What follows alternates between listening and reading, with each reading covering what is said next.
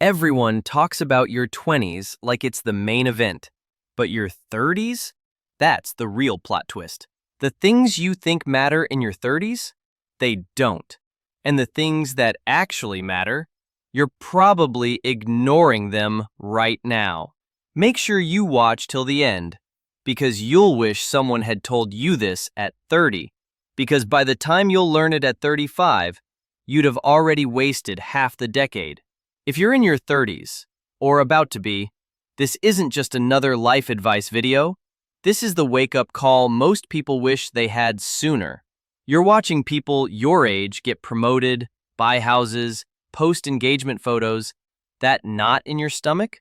That whisper telling you you're behind? It's real. And it's exhausting. You feel like you're running on a treadmill that keeps speeding up. Every "where do you see yourself in 5 years?" question makes your chest tight because, honestly, you're not even sure where you see yourself next Tuesday. But here's what I discovered. Most of what you stress about in your 30s is noise, pure noise. There are really only 4 things that determine whether you look back on this decade with pride or regret. And I'm going to walk you through each one today, because what you choose to value right now shapes everything from your peace to your paycheck. Stick with me. The last point might just save you years of regret. First, your health isn't a reward for working hard. It's the foundation everything else is built on. You know that voice that says, "I'll start taking care of myself when I get the promotion." That voice is lying to you. Because here's what happens.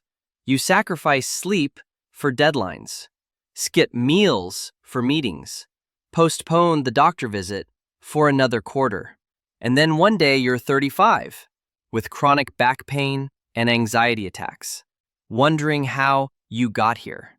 Your body isn't a machine you can push indefinitely. Start treating it like the only vessel you've got.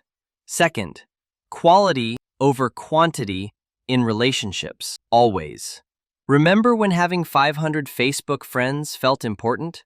Your 30s will teach you the difference between being popular and being loved. You don't need a packed social calendar. You need 3 people who will answer the phone at 3 a.m. You need relationships where you can show up messy and still be accepted. Your energy is finite. Spend it wisely. Third, learning to say no is learning to say yes to what matters. This one will save you years of resentment. Every yes to something you don't want is a no to something you do want. That dinner party you're dreading, that work project that excites no one, that favor for the friend who never reciprocates. You're not being mean. You're being honest about your capacity. And here's the thing nobody tells you. People respect boundaries more than they resent them. The guilt you feel saying no, it passes.